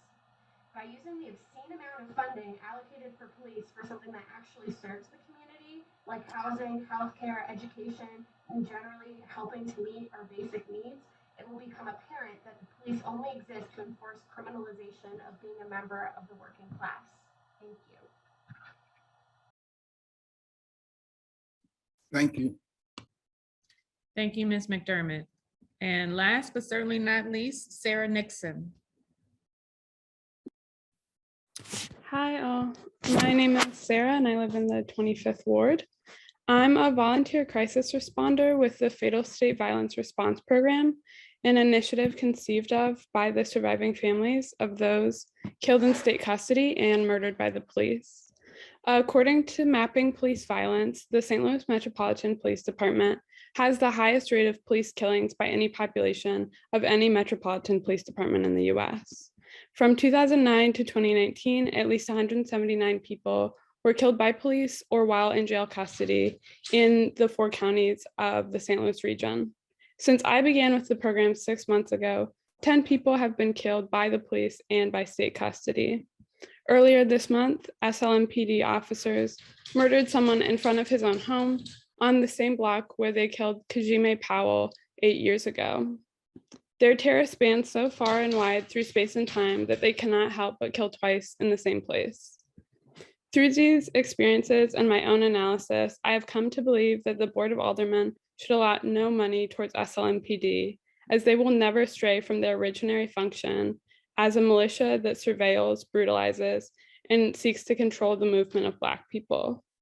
Instead, I hope you all pay reparations to the surviving families of those killed by SLMPD and in state custody, and to those in our city who have been harassed, arrested, incarcerated, evicted, tased, maced, beaten, disappeared, sexually assaulted, and otherwise violated by public safety officers in St. Louis. I hope you all commit yourselves and our public monies to a future more just and beautiful than our present. Thank you. Thank you. Thank you. Well, that concludes our testimony for the fiscal year 2023 budget. Are there any other comments from members of the Board of Estimate and Apportionment on the fiscal year 23 budget? I'd just like to say for the second year in a row, we've seen just a historic turnout. And I think that has a lot to do with you, Mayor Jones. I think that you've done a good job in reaching out to people and getting more people involved. So, you know, kudos to you for this. And we've seen 2 years in a row, record turnout. You know, having served on the board of ENA for years, and Comptroller Green could tell you some years we'd have, you know, we do the same advertising and everything that we're doing now, but we'd have 2 or 3 people show up. And some years we had like no one show up, and you know, it's discouraging. And for everyone who took time out to comment today, those things truly do impact the way we budget and the way we, you know, perform our jobs here. So, you know, I think in some years, you know, a handful of people that showed up to speak up about the Affordable Housing Trust Fund, you know, they've seen more money go into the Affordable Housing Trust Fund because they showed up here and spoke. So, you know, I just want to thank everybody who showed up, and also just really give you a big, you know, you deserve a lot of credit for having so many more people show up. We just have never seen this before. So thank you. Thank you, President Reed. Madam Comptroller. Yes, ma'am. Madam Mayor, I would also like to say that we have had quite a few who have been able to show up and comment. I also think that we ought to enter into the record those who would have wanted to be present, but instead was unable to, but they did take the time out to send comments. And as I was reading through the comments that were sent in by those who were unable to attend personally, the majority of the comments centered around the Affordable Housing Trust Fund and how they appreciate the fact that it's fully funded, and perhaps that there may be some additional funding added to this year's budget. So I wanted to acknowledge those additional comments that we did receive. I also wanted to speak on what we have heard, if that is appropriate, to talk about what we might, as a body, look at as we go into our discussions to finalize the budget and bring it forth to the May 1st deadline where it has to go to the Board of Aldermen. Several people did speak, as I just stated, about a possible increase for the Affordable Housing Fund, as of course they are appreciative of the fact that it has been fully funded. Another set of comments came from several people speaking about the possibility of funding for a public integrity unit that would have an independent internal investigative effort put forth, along with the witness protection program put forth, housed in the circuit attorney's office. If that could be funded in this year's budget. And then lastly, I will speak to the fact that the last couple of people talked about the stabilization of the properties, vacant buildings.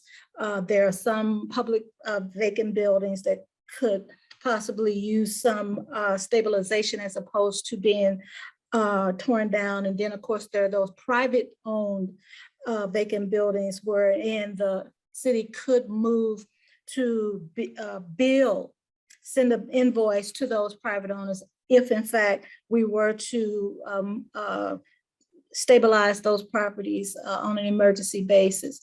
So not to not speak on the police reductions and the reimagining, because I do believe in reform as well as transparency. That was the other comments, but I wanted to kind of bring to the top those three issues having to do with affordable housing, circuit attorney, and these vacant buildings. But of course, the other issues that were brought before us are extremely important as well.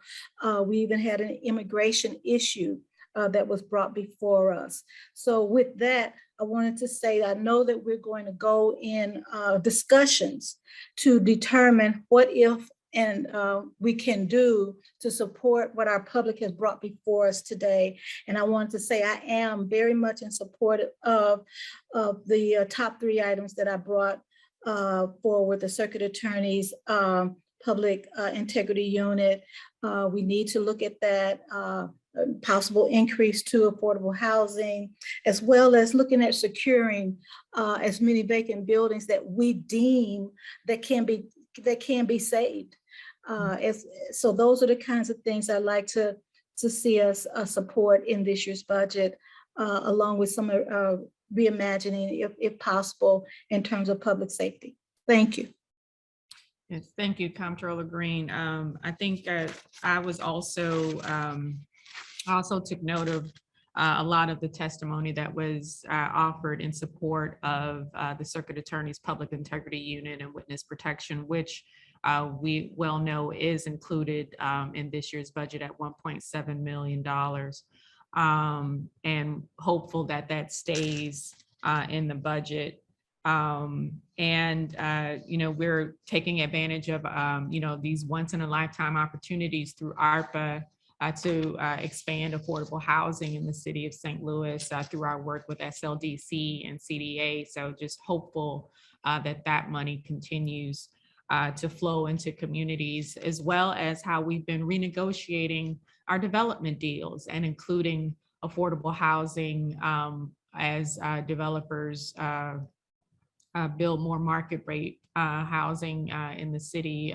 Examples of those are the Butler Brothers Building, Jesuit Hall, as well as the City Foundry projects.